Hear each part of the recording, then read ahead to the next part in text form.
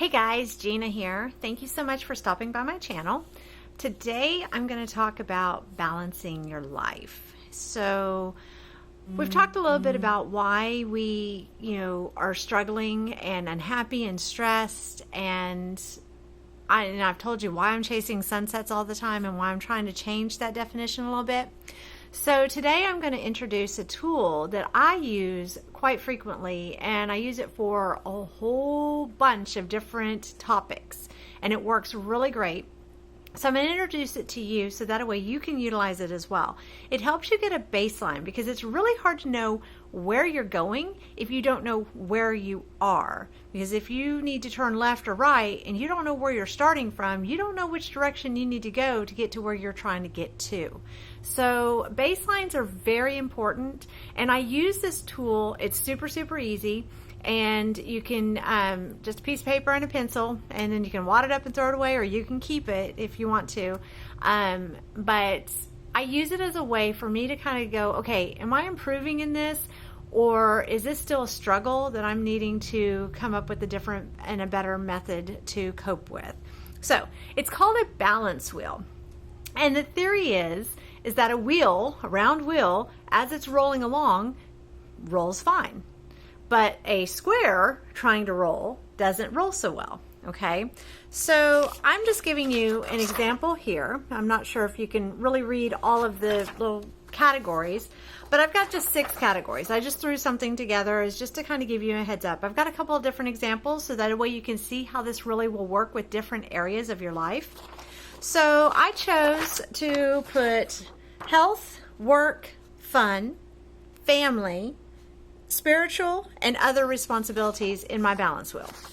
So if I were going to do this for myself right now, I would be looking at health.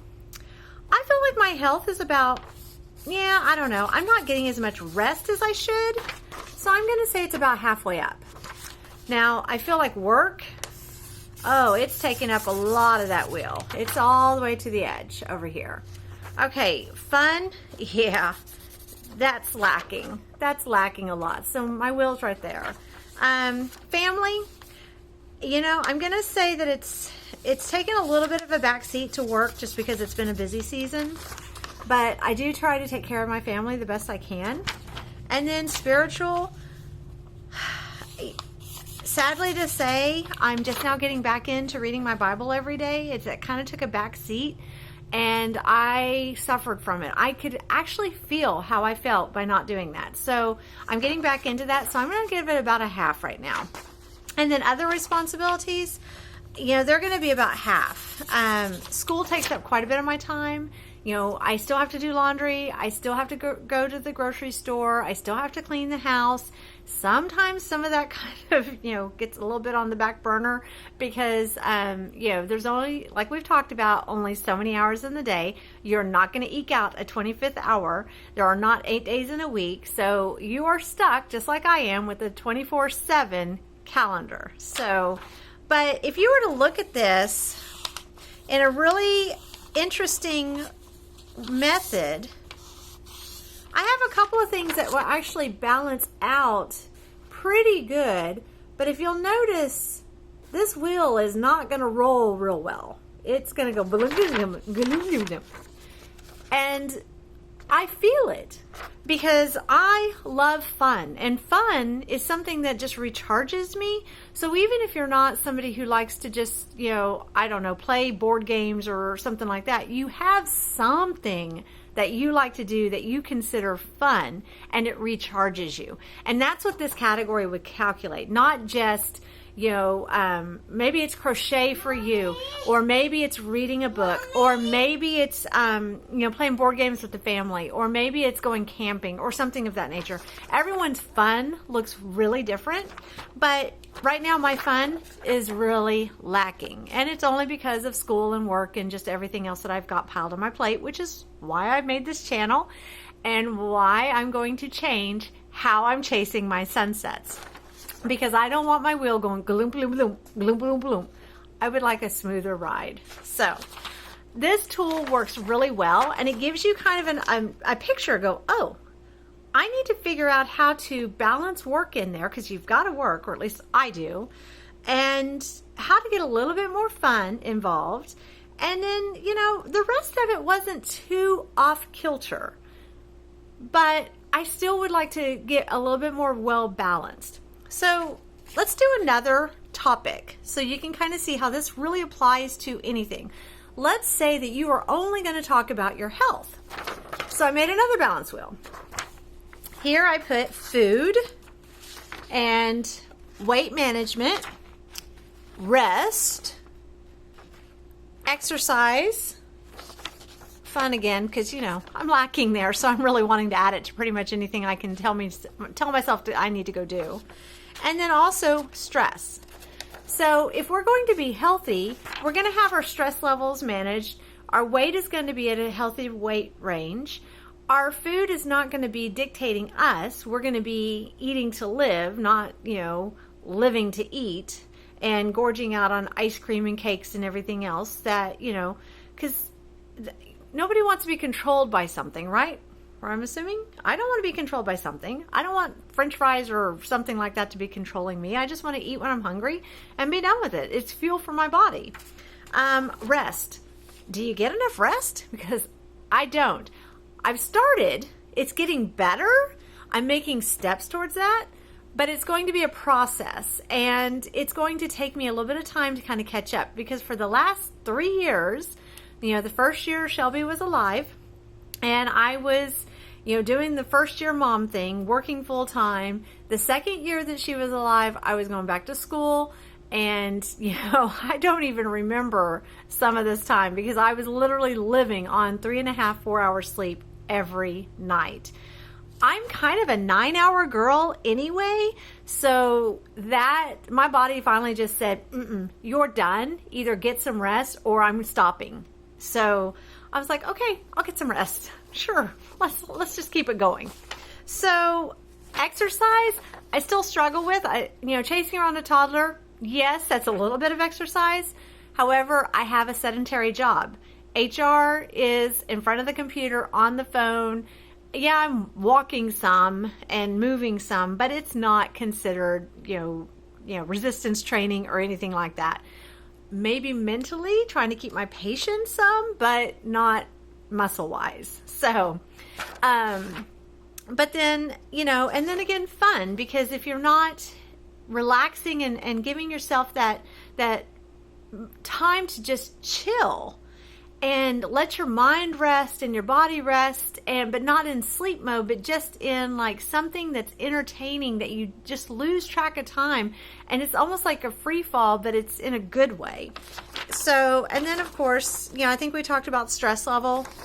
I mean, some stress is good, like when the body tells you in the morning to get up and go to the bathroom. That's a good kind of stress, but sometimes we put ourselves in chronic stress way too much, too often. So this is a good example, and so you could figure it out. Like, my stress level is pretty high. My food is, with my diet that I eat, I feel like I get great nutrition. My weight management, I'm still trying to lose some of my baby weight, so I'm going to say I'm kind of there. Rest, it's kind of sad. Exercise, it's really sad. And fun, again, is really sad. So there is my wheel, and it would still go glump, glump, glump, glump. It's not going to roll real smoothly. However, like I said, I'm making some changes to this, and this is kind of why you're here to be my accountability partner. So how's that working? So far, I love it. So I hope you are too. All right. So let's say you don't want to come up with 6 items. Okay. So come up with 3. You can still get an idea. You can use this. So like this one is just, I chose 3 from the health: weight management, exercise, and rest. And so you can still go, okay, I need to exercise more, or I need to rest more, or I need to do this. You can use it for things at your office. Like maybe you want to do more self-development. Maybe you want a promotion. Maybe you're looking for, just working 8 hours a day instead of 10 to 12 hours a day. Maybe you are wanting to go back to school, and so you're just wanting different things. So you can actually use this for all kinds of different categories in your life. Maybe you're wanting to redo your home. So it's kind of like, I've mentioned we're in the process of also decluttering, and it's a slow going process because I'm doing it in small chunks. I don't have days and days and days to just go through and do this. And some decluttering can get kind of emotional. So it's not something that I'm just wanting to stress myself out about. I'm just wanting to be happy with it and move on to, like a better way of living in general. So it's a process, it's a journey, and I want to enjoy the journey. That's the whole point of this. Because yes, this moment is going to be over, and in 9 months or so, I can look back and say, look at what I went through. But in the process, I've got things that are really good in my life as well that I don't want to just go, oh yeah, you were there. Huh, whoops. I don't want to do that. I want to actually see things that I want to see and be where I want to be and experience things and not just miss out on everything just because I've got this goal and I've got tunnel vision and I'm trying to get to it. So there's a good way to attract goals and there's a bad way to attack goals. And so you've got to kind of, find your balance. And in my opinion, a balance wheel is an excellent way to get a baseline. Okay, so now that I've told you a tool that you can utilize that will help you, maybe figure out what your baseline is, figure out what you want to accomplish, I'm going to give you some tips, okay? And these are tips that I'm actually using, and I think that they will benefit you as well. So the first one is focus. So like I've mentioned before how it's been a very busy season at work. I'm working very long hours. So what I'm really doing now is I am focusing. When at work, I am at work. I turn off everything else. I don't think about my grocery list. I don't think about the laundry at home. I turn it off. I focus at work. So that has actually helped me because, it's hyper-focusing and it's exhausting. But fortunately, if you can get through a small season of it, you shouldn't have to do it all the time. It's not forever and ever this is going to be the way it's going to be, I hope. But because it's not supposed to be that way. But we all know that we just have seasons that we're a little bit more busy than others. So another way is to do a block time. Now, on a day-to-day schedule, I don't do block time. I don't say that I'm returning phone calls from 9:30 until 10. I'm doing emails from 10 until 10:30. That does not work for me. One, I may just not be in the mood to talk to anybody at 9:30 in the morning. And sometimes the way you talk to people makes it more effective than other ways that you talk to people. So if I'm trying to hit a certain reason for calling them and talking to them to get things resolved, I need to be in that mindset. So that might be better for me at 10:30 versus 9:30, or it might be better for me at 8 o'clock versus 11. So I don't set like this is the time, this is the time, this is the time. What I mean by setting block times is actually saying, okay, I've got 10 minutes here and I want to start like freeing my mind a little bit and having a little bit of just relaxation time. So I'm going to grab my Kindle. I'm going to download, there's a lot of free books that you can get. So I'm going to download a free book or buy a book, whatever you want to do. And I'm going to read a fiction book for just 10 minutes. You can always set an alarm if you need to. Because I tend to get kind of caught up in it. I'm like, I love like cozy mysteries and things like that. And I'm like, okay, who did it? Who done it? Always trying to, go to the last page. That is the one thing about Kindle. You can't turn to the last page to see if everyone's still alive. And so that makes it even more suspenseful for me and lets my mind really escape into the book, which is very relaxing because it just turns off the hardworking parts of my brain and just turns on another part of my brain that actually gives me more rest in areas. And it's really, I don't know why it does that, but I've heard that that is a scientific thing. So I'm going for it because it works. And so I'm suggesting it to you as well.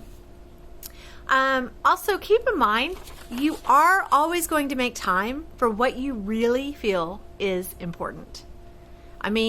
When it comes down to it, when the deadline is crunched and it's either do this or die, you're going to do it. Whereas you had 6 months to get it done before, but it wasn't important then. And so, reprioritize and figure out what you may be procrastinating on and try to get those off your plate as well. That way they're not just hanging in your mental to-do list and you don't have to worry about that. Okay, also, now it's kind of a play on words, but think about your empty calories. Now, I'm not talking about your Starbucks addiction or anything like that. I'm talking about the social media trap, the TV trap, the email trap. I mean, you sit down to watch TV, 2 hours have gone by, and you're like, oh crap, it's time for bed now, and I needed to get this done. Or you turn on Facebook, and all of a sudden you go down the rabbit hole of the feeds on Facebook. I'm not saying don't watch TV. I'm not saying don't be on Facebook. I'm not saying never answer your emails. But you might think about setting a timer for those and say, okay, I have 15 minutes that I can actually put to Facebook. And I know that I want to check out this friend because they had something going on with their family. I want to see what the status is. I want to check out this person, and I want to see if this person's posted a new recipe or something. So you go to those first, and then the rest of it, you just hit your feed, hit the highlights.